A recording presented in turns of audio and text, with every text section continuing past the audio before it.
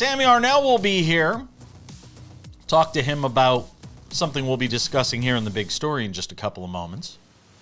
Also get into it with him on the NFL. Last week we talked about teams that didn't make the playoffs last year that we think could make the playoffs this year. Today we'll do it the other way.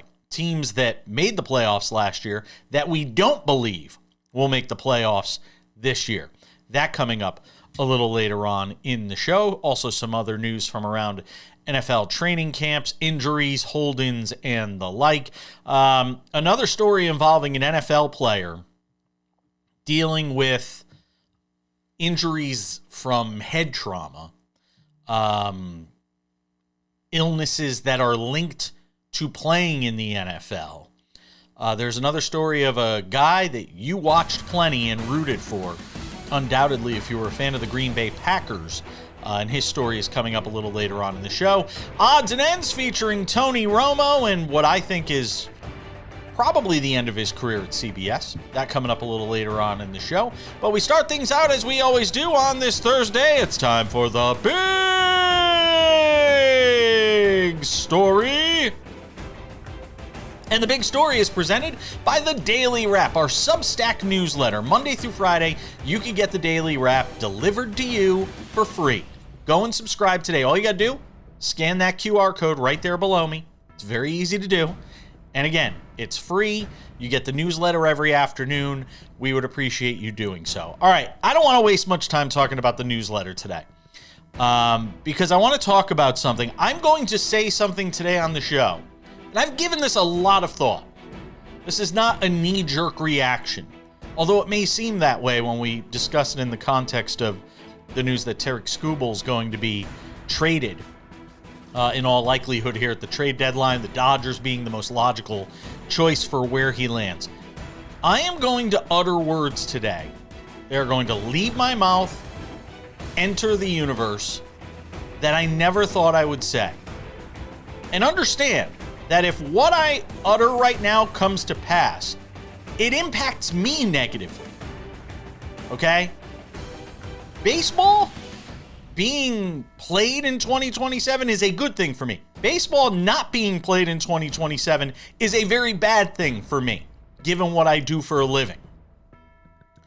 But I'm going to say something right now that I never thought I would say out loud. Baseball's going to need a work stoppage. Baseball's going to need a new way of doing business. Because the way it's going right now is not the way a sports league should be operated. You heard me right. This is not an anti-union stance. This is not a pro-ownership stance. It's not an not a pro-player union, anti-player union, pro or anti-ownership. It's neither. It is a fan looking at the sport of Major League Baseball and saying something has to change. The system that is in place is not working. Period. And Tarik Skubal is just another symptom of the illness that is the current structure in Major League Baseball.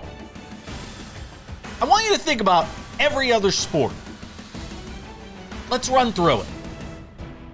You got a great quarterback that you draft in the NFL. Plays well for 3 or 4 years. Contract time rolls around, there might be some haggling, but you know what? He's going to stay on your team. If he's as good as Tarik Skubal is as throwing a baseball, as a quarterback is throwing the football, that quarterback is going to get signed. He's going to be on your roster. Fans aren't going to have to lament the fact that he's going to play for another team, let alone the best team in baseball. The NBA. Victor Wembanyama. He's not even up for contract renewal yet, and they've already re-upped him and made sure that he is locked into place. In the NBA, you got a star player, you draft him, gets through his first few years as a rookie, you hang on to him. NHL, we just saw Macklin Celebrini re-signed by the San Jose Sharks.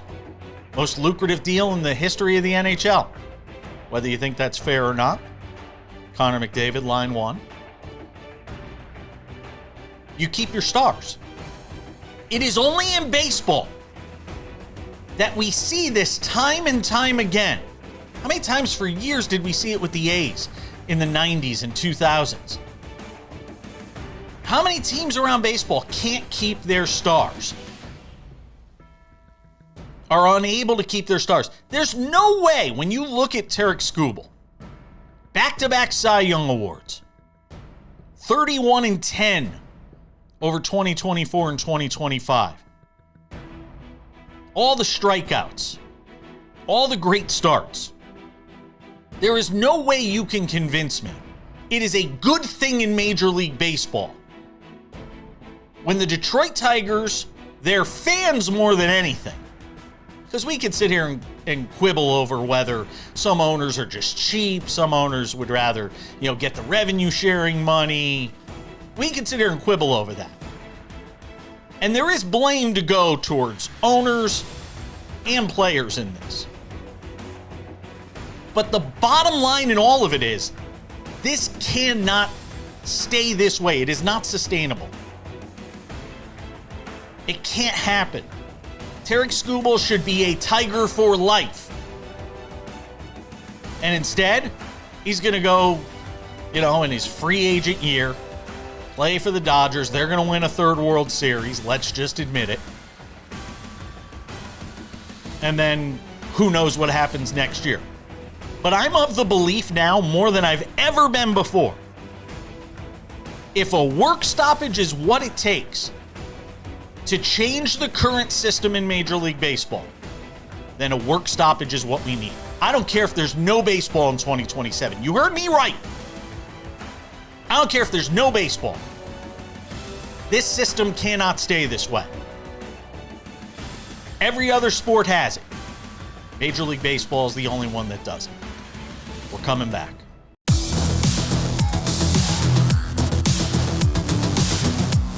All right, I've had my say in the big story on this Thursday. Let's see what Sam Yarnell has to say.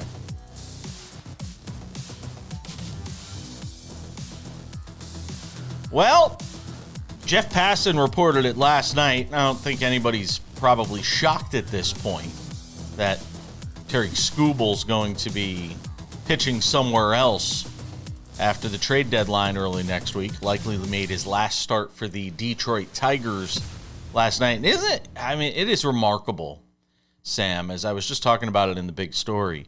It's remarkable to think about this franchise, the trajectory they were on. They were a contender, playoff team, rising prospects, Torkelson. We've seen Dylan Dingler, all these different guys coming up through the system, to a point where we're talking about a teardown and Tarik Skubal pitching somewhere else, not being in Detroit for the rest of his career, as you would think a future potential Hall of Fame pitcher would be. It's remarkable just to think about the collapse that is the Detroit Tigers and how much of that is injuries this year, plus mismanagement. You see a lot of teams that go and make sure to get pitchers wrapped up under contracts, get players wrapped up under contracts, and obviously the Tigers didn't do that. There was some malfeasance here as it relates to Skubal. Just the entire picture. I know people are going to focus on he's going to the Dodgers and it's the end of baseball, and I agree with all that, and we could talk about that. But just the overall picture on what all of this means is kind of stunning to think about. Yeah, it's funny, Jason, because it does seem like there's a solid population of baseball fans that have kind of accepted Tarik Skubal already as a Los Angeles Dodger, and I'm just sitting here thinking to myself, man, like if I'm the Dodgers, looking at where that team's at right now, like everybody's starting to come back, like a lot of pitchers on the IL. I don't need Tarik Skubal, especially in a contract year where, I'm the Los Angeles Dodgers. I've got a great farm system on top of what I've already got in the major leagues. We don't know what's going to happen with this whole lockout thing. I don't need to compromise any of those prospects. Yeah. There's no reason for any of that. So, I actually, to a degree, would be surprised if the Dodgers are the team that give up some extravagant haul of prospects to go in on Tarik Skubal. But to your point, man, I'm old. Maybe I'm old enough, or maybe I'm just too in baseball to remember the Detroit Tigers coming up years ago, 5 years ago at this point, you do the math. They were a team that had a big three of starting pitchers, of young starting pitchers that didn't include Tarik Skubal. Like the old Pepperidge Farm remembers me. And Pepperidge Farm remembers when Matt Manning was supposed to be everything for this team. Like it is a masterclass in, like you said, mismanagement over the course of a long period of time. But folks, do not let yourselves be misguided at all. There is a lot of mismanagement here. This is a telltale. This is a perfectly painted picture, a Van Gogh of how much a bad contract can bite you in the behind immediately. I can look at that Framber Valdez contract and say, yep, that is where it all went wrong. That is where everything went wrong. Paying Framber Valdez all that money for him to come out and do exactly what he's done this year. It is rare, though it happens, especially in baseball, where one singular contract tanks an entire team and sends them into a rebuild. Feels like the Framber Valdez contract has done that for Detroit. And it was just sort of when you look at the offseason in Major League Baseball, it was just one of those sort of throwaway deals. It was sort of one of those throwaway deals that, hey, all right, let's take a shot on this guy. And it could not have gone worse. They would have been better off, not that I wish injury on anybody. They would have been better off if he had gotten hurt at the beginning of the season and needed TJ surgery. Honestly, they would have been better off with him not on the roster than having him out there pitching every fifth day. That's how bad it's been on the Valdez side. On the Skubal side, as much as you might think, well, why did the Dodgers feel like this is a thirsty organization, man. They do not rest on their laurels. They do not rest on success. They want to win every single championship right now, and it's going to be part of the driving force. There's not going to be baseball next year. I'm convinced now. There's not going to be baseball next year, Sam. There's not going to be a season. David Ardsma, who's on the show with us every Wednesday, is normally the optimist, and even he yesterday said 50-50 as to whether we see any baseball next year. And he's the eternal optimist of, they'll get it figured out, push comes to shove, blah, blah, blah. A month ago, I couldn't get him to say there wouldn't be baseball next year. Now even he acknowledges, as somebody who's been close to the Players Association in these negotiations in the past, that he doesn't think there's going to be baseball next year because of this red line that's been drawn, which is the salary cap. Go ahead. Which is so funny because, you'll remember, Jason, a calendar year ago, more than that, 18 months ago at this point, at the beginning of last season, I was on this show. I was everywhere, yelling from the rooftops. We need to appreciate what we've got in baseball while we've got it. There's a massive lockout coming out. No one sees it coming. You were saying, oh, no, they'll figure it out. David was saying, they always get it figured out, Sam. What are you talking about? They always get it figured out. Turns out they're not, but it's so funny how these things come full circle, Jason, because now I don't believe in that anymore, right? I have kind of come back around to the point where I do believe there's going to be a lockout, but I think that everyone's way over dramatizing it because the owners want to get this thing done sooner, and they're using the ever-used Jeff Passan as yet another mouthpiece. Oh, we're prepared to not have a single game next season. Yeah, it's going to get to about June, and those season ticket holder checks aren't going to be clearing, and those rich owners are going to want that extra income stream. I am expecting us to not have a full season, Jason. I don't think we're going to make it past July 1st without baseball next year. Sam, here's where I disagree. I think some of these smaller market owners and middle market owners that are sort of looking at the state of affairs in terms of competitive balance. And I know we could sit here and talk about all the different World Series winners there have been, and the Rangers won one a few years ago. I get that we could talk about all of that. But there are going to be, I think, a number of these small market owners that say, I'd rather have the doors closed. The A's sure as hell won't care. They're playing in Sacramento right now. They're not going to care. The Rays aren't going to care. They're waiting to get a new stadium built. I think there's a number of franchises out there that are going to sit there and say, you know what, close the doors. We don't care. We're going to be billionaires before the lockout. We're going to be billionaires after the lockout or strike or whatever it turns out to be. I think there are a number of owners that don't care. Now, David, to his credit, thinks that the larger market owners will care less than the smaller market owners because they could sort of withstand it. I don't think that's the case. I think owners are firm on it this time, Sam. I really do. I think I think it's going to be salary cap or no baseball, and the players are not going to budge. That is their line in the sand. They will not budge. We're coming back. We got more to do.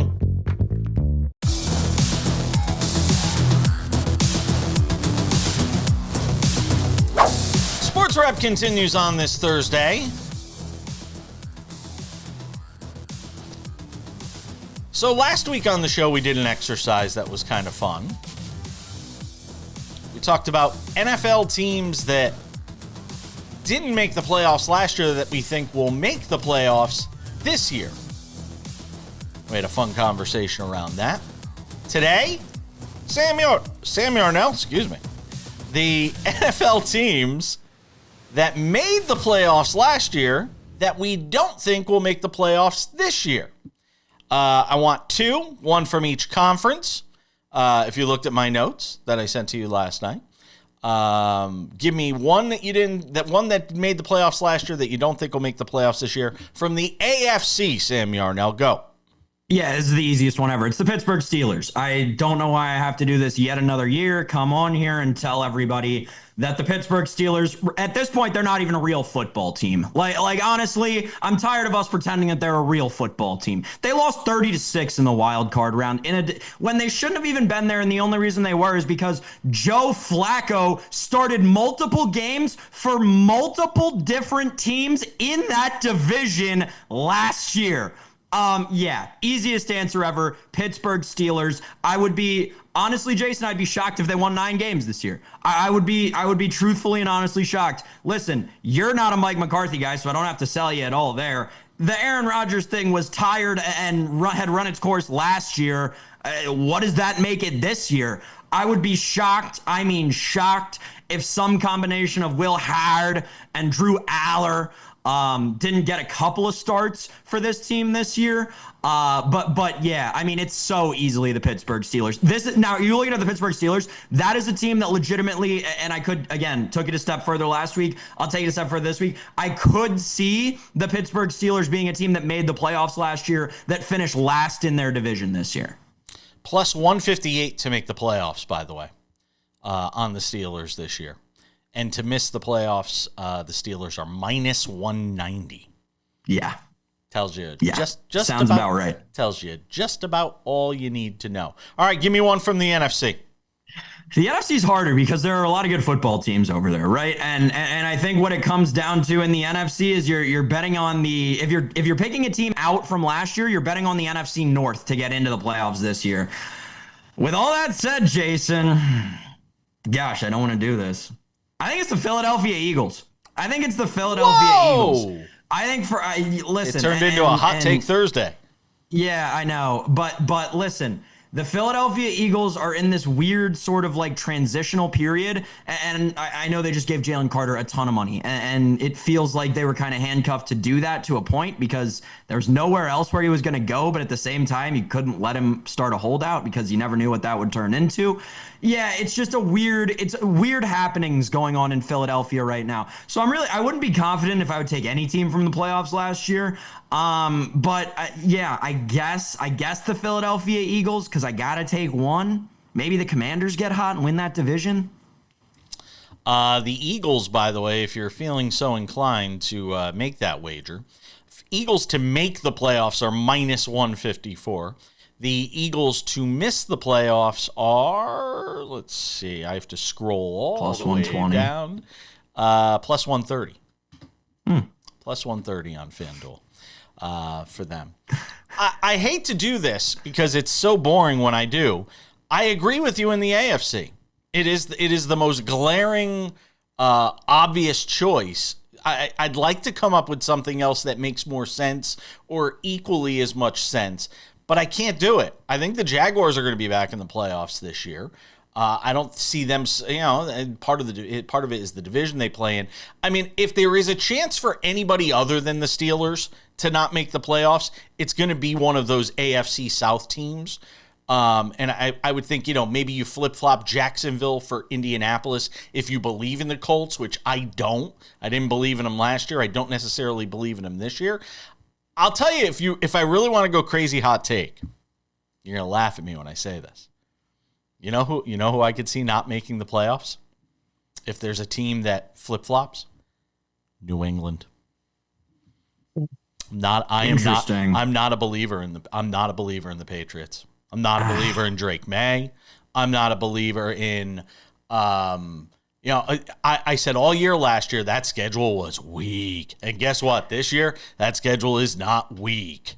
That's a good point, and you're right. I think there's going to be some regret. This will not be a 14-3 team this year, folks. I got news for you. They're not winning that division. I'll tell you right now. They're not winning that. They will not win that division. Buffalo's going to win that division. There's no doubt in my mind. Again, I'll take the Steelers as my pick, but don't be shocked if we are late in the season talking about the Patriots needing wins to get into the playoffs. I would not be shocked at all, Sam. Yeah, I don't think anybody would, right? I think it's pretty easy to call them out for. I think in 47 of the states in the United States, I think it's pretty easy to call them out as a fraud. Call them out for what they were last season as a fraud. That said, having them all the way to going from the Super Bowl to not making the playoffs, that's you have to fire Mike Vrabel stuff. You have to fire Mike Vrabel, and I'm not even kidding you. You have to look for another quarterback. If you go from making the Super Bowl to not making the playoffs for a team that's done nothing, right? For the Kansas City Chiefs, it's a little more excusable, and Patrick Mahomes tore his ACL, which they lean on way too much, but sure, you can continue to lean on if you want. That's a little more excusable. The guy's got a couple of MVPs. Drake May has nothing. Mike Vrabel has nothing on their resume. They got all the way to the Super Bowl. If they miss the playoffs this year, the vultures are going to start circling around the Patriots organization. I am not crazy hot take guy, but I'll give you another one. The 49ers in the NFC. Would not you're going to get 3 teams out of that division in the playoffs again? Are you going to get 3 teams? You're going to get 3? You believe you're getting 3 teams out of that division? You think the Seahawks are going back? Oh yes, I think what they have is repeatable. Absolutely. I think I would not be shocked if it were San Francisco that missed out on the playoffs this year. That division is a murderer's row, man. I mean, you're going to have, you're getting Seattle and the Rams 4 times right there. Are they going to be favored in any of those 4 games? Yeah. Maybe at home? 2 of them at home. Yeah. They'll be favored in at least one of them at the very least. It's interesting, right? Because Seattle has had the most turnover, right? Because, Seattle won the Super Bowl last year. They were a great team last year. Yep. They lost both their coordinators. Like, it is going to be fascinating to see how this early season plays out. Because, like you said, it's a gauntlet of a division. You cannot slip up in the NFC West this year. Yeah. We are coming back. We've got more to do on the show. Don't go anywhere. Good to have you with us on this Thursday Sports Wrap.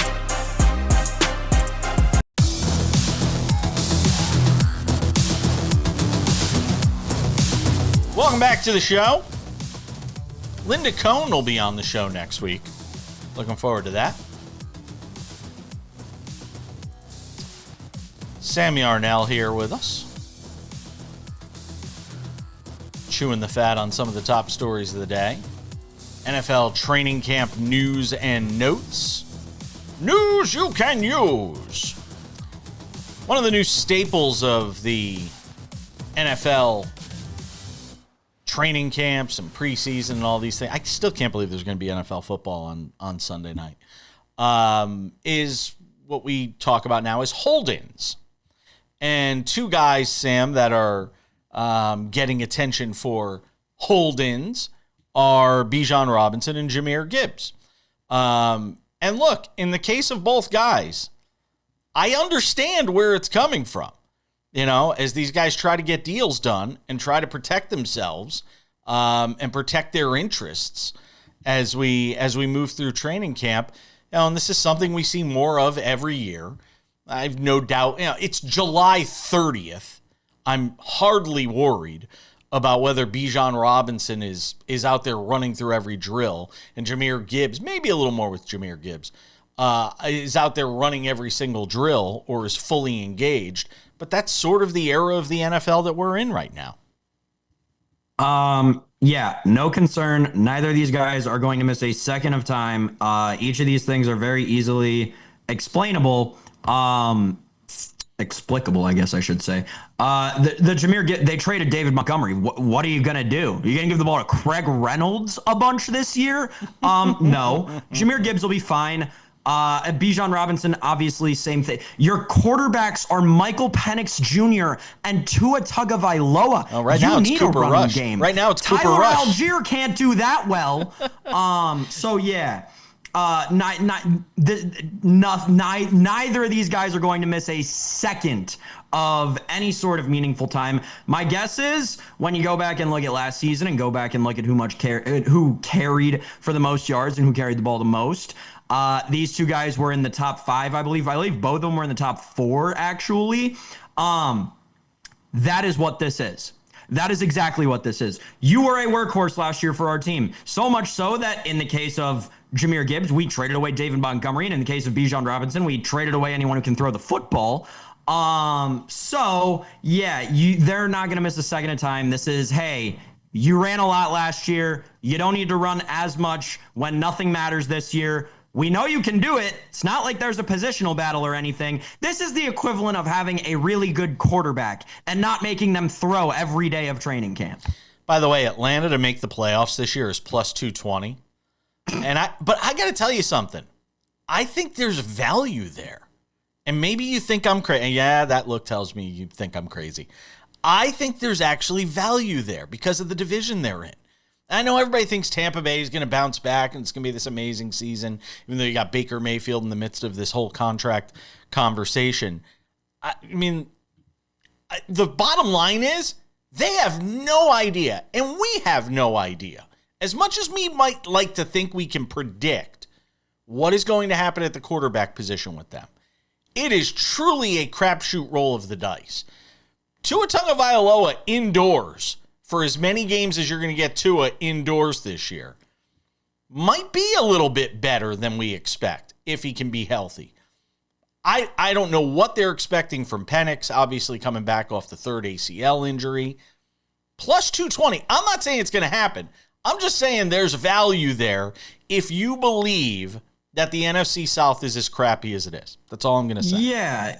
If you believe that you want to tie up a bet that's going to be settled on January 1st, on August 1st, then sure, go for it. But there's probably a lucrative savings account that could yield you more money and be way less high risk. Here's my thing about that with Atlanta.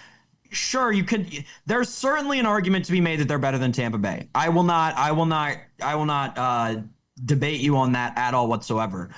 I think that's a fight for the 3rd versus 4th best team in the division. Like, I think there's an argument. I'm saying all that to say, I think there's an argument to say that Atlanta's the 3rd best team in that division, but it's either 3rd or 4th. Right? Bryce Young came onto the scene last year, right? The Carolina Panthers showed you last year, right, that they're a real team, right? They're here to run that division now. So it to me going into the year, it's Carolina's division to lose, And then New Orleans has completely retooled their roster. By the way, Taysom Hill saying goodbye to New Orleans after 10 years yesterday. But New Orleans has completely rebuilt their roster, and now they're ready to win, and they have a real quarterback, right? Again, Atlanta doesn't have a real quarterback. We can Tua indoors this and Penix off the 18th ACL that. They don't have a real quarterback. If the other 3 teams in the division do, and 2 of them have good quarterbacks who are under club control and aren't having a contract dispute. So that's my thing with Atlanta. When you look at them on paper, you can make an argument they're better than Tampa Bay, but that means they're the 3rd best team in the division instead of the 4th. Yeah, and who knows what's going on with Vita Vea down there as well. Right, exactly. Which is another mess. The Tampa Bay situation is a disaster. I will not disagree with you there. It is a disaster in Tampa Bay right now. I will give you 1 minute to tell me what you think about these Nickel City Buffalo Bills uniforms after Josh Allen said, "Stop hating on the jerseys, guys." Didn't even need a minute. That's it? I'll reenact it for you in case you missed it at home. That's it? I've got 40 seconds. You gave me 20. They're horrible. Top to bottom. front to back. I love you, Josh Allen. We disagree severely on this. They're horrible uniforms, and I think it's so funny. It is just peak comedy that the Bills build this new stadium where no one can get a seat, and you have to pay $20,000 to get a PSL just to buy the seats, and then they release a jersey that says, we're going back to our blue-collar roots. The Bills organization's losing it, man. They're losing. We're coming back on this Thursday edition of the show. We'll see you later.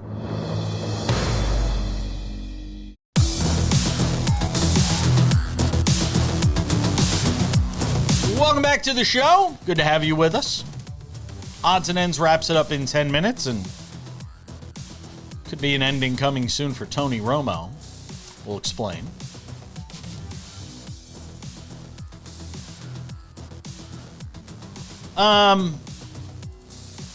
There is an advantage to being an independent show.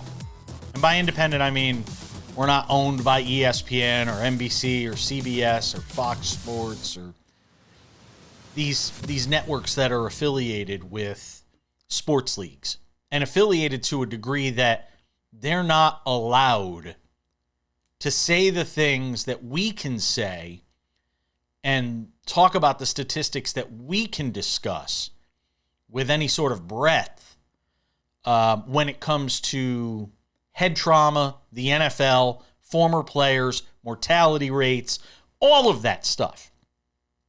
They could give it a sliver, only a modicum of coverage. We could talk about it at length because we're not beholden to any of these sports leagues. This is why independent sports media is so important. I bring this up in the context of the latest news about Amon Green, all-time leading rusher in the history of the Green Bay Packers organization, that illustrious franchise. He's 49 years old. He's basically the same age as me. I actually got to know him a little bit when he played in the UFL, the first iteration of the UFL for the Omaha Nighthawks. And Amon Green recently opened up about his health struggles and the fact that he's dealing with the early onset of Parkinson's disease that he was recently diagnosed with and is fighting and will fight, I'm sure, very bravely. And this is on the heels of the Chris Johnson story, which came out a couple of weeks ago, where he opened up about his battle with Lou Gehrig's disease, ALS. And this is Chris Johnson in his playing days, and this is Chris Johnson now, confined to a wheelchair, unable to speak using his own voice. They have an automated voice which can mimic him and replicate the way he used to talk. And I have to keep asking the question until somebody gives me the answer of when are we really going to address this issue of former NFL players, guys that I watched now in my lifetime because I am of a certain age, that are coming out of this game and years later becoming not even a shell of their former selves because they're dealing with these sorts of disabilities and illnesses that are clearly related to when they played. People could say, well, there's no direct link and there's no through line and you got to kind of No, we know.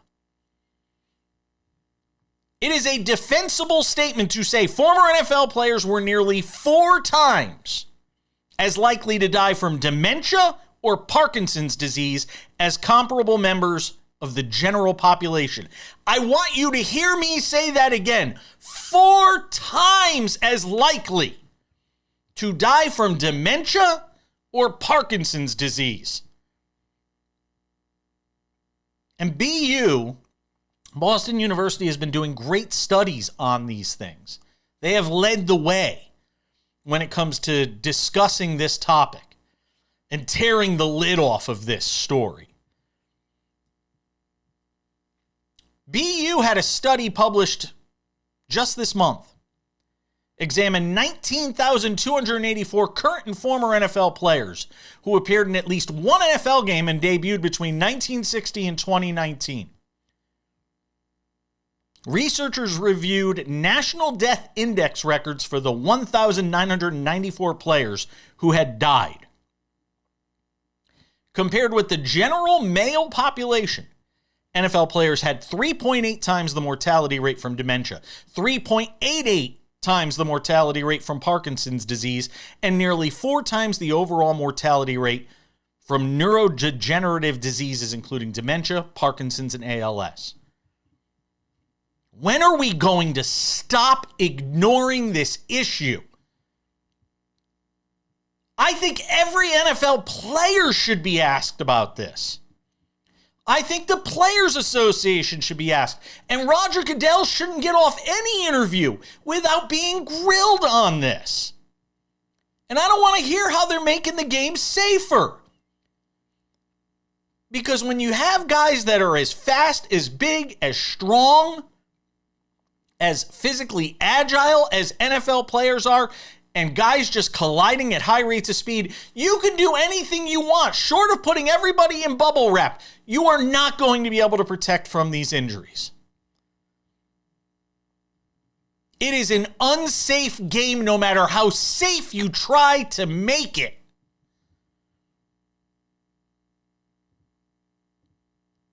And I'm tired of people simply ignoring that harsh reality. I would love to get every NFL player in a room and tell them, ask them, if I told you you could make $50 million in your NFL career, which is a pretty modest number, depending on if you're a star, if you're a role player, whatever.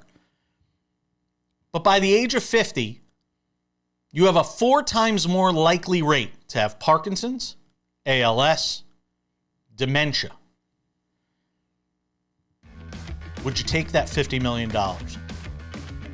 I want to see what a lot of these guys would say. Who knows? Maybe they're all just of the mindset, hey, I'll roll the dice. I've got this amazing gift. I'll roll the dice. Because that is what it is now at this point. And we have to stop pretending it isn't. It is a roll of the dice. You might get lucky and get through it okay. You might come out of it like Amon Green or Chris Johnson.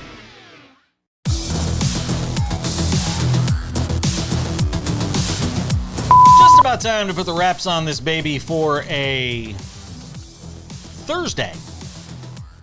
Tomorrow on the show? I don't know. We're not talking NASCAR because NASCAR is off this week. We're going to have to cobble together a different kind of show tomorrow. Guest updates, we'll often post them on our X feed at the back page if you're looking for that.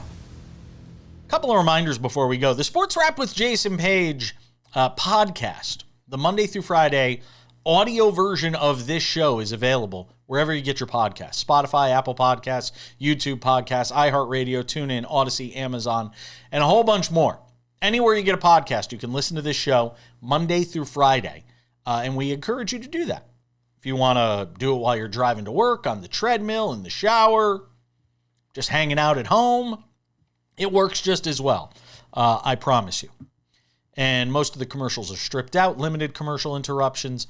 Go and check it out. Sports Wrap with Jason Page podcast. We also have the Sports Wrap with Jason Page YouTube channel. This is the place to find all things video related to this show. The Monday through Friday TV version of the show, extended conversations, clips from the show. Anything you need to find from this show from a video standpoint is on our YouTube channel. Sports Wrap shorts are there, 1 to 3 minute long vertical videos, news breaks, we talk about it. Sports Wrap shorts, the originals, the show, all of it on our YouTube channel. Go and check it out. It is free and we appreciate it. The Sports Wrap with Jason Page website is hot. It is live, and we encourage you to go and check it out. SportsWrap.tv. That is SportsWrap.tv. That is the place to go. If you want to check out the show in all of its forms. The aforementioned podcast, the aforementioned YouTube content, a lot of it shows up there. We've also got the Daily Wrap, our Substack newsletter. If you want to read what we're talking about, you can go and get it there in the Substack newsletter every day. You can subscribe on the website at sportswrap.tv. We've also got a contact section. You want to send us a note, drop us a line, love us, hate us, want to comment on the show, you can do it at sportswrap.tv. So make sure to go and check that out as well. You're looking for your affiliate, want to know where to find the show, you can do that as well at sportswrap.tv. And without any further delay on this Thursday edition of the show, it's time for some odds and ends. Odds and ends, you have to think it's the end for Tony Romo. In fact, I will predict on this show that it is the end for Tony Romo when it comes to his career at CBS. Now look, time heals all wounds. We are a forgiving society. We have a forgiveness culture in this world we live in. Heck, they're talking about John Gruden getting back into a broadcast booth and talking about him trying to be an NFL head coach again. And we all know everything that's sort of swirled around him during his time in the NFL as a head coach, which has led him to the sort of exile that he's been in. But in the case of Tony Romo, you have one of the most prominent NFL voices, part of the CBS team with Jim Nantz, the A team, getting pulled over in Wisconsin for suspicion, basically suspicion of DUI. He didn't want to take a breathalyzer. They went and brought him into a police station and ran sobriety tests. There was this whole thing. He gets cuffed and stuffed, thrown in the back of an SUV, and it didn't go well for him. And look, I have a couple of opinions on this. One, I take drunk driving very seriously. I've discussed it on the show before. I lost a friend to a drunk driver several years ago in 2019. And it was something that was very impactful on me. I once in my life, got behind the wheel when I was 21 years old. I got behind the wheel of a vehicle while I was drunk. Not proud of this. Nobody got hurt, but I got pulled over by a police officer, and that police officer, thankfully, because he knew who I was, and I'm, again, not proud of this, escorted me home, made sure I got home okay, and I never did it again. Scared me straight. Tony Romo, sitting there talking about going to visit his grandparents who are deceased. Tony Romo just sort of going through the motions with this is a very bad look for CBS. And in a day and age where we are more than willing to see media outlets punish their on-air personalities, people representing their networks, for behaving in certain manners, I find it impossible to believe that CBS Sports, especially when combined with the fact that some people believe Romo's been on the decline in terms of how he's been in the booth over the last couple of years, I find it very difficult to believe that CBS Sports will keep him in his role. I am predicting they will let him go. I don't think it's a matter of if. I think it's a matter of when. And they're probably trying to figure out who they're going to pair with Nantz as a result of that decision. But there's no way he could be back in a broadcast booth representing CBS, given what we've all seen now and what transpired. It'd be a terrible look for the network. We'll wait and see what the next move is by CBS. And that is Odds and Ends. And that wraps it up for us on this Thursday edition of the show. Thank you to Sam Yarnell. Thanks to all of you at home for watching. I'm Jason Page. We'll see you back here on Friday for an all-new edition of Sports Wrap. Bye-bye.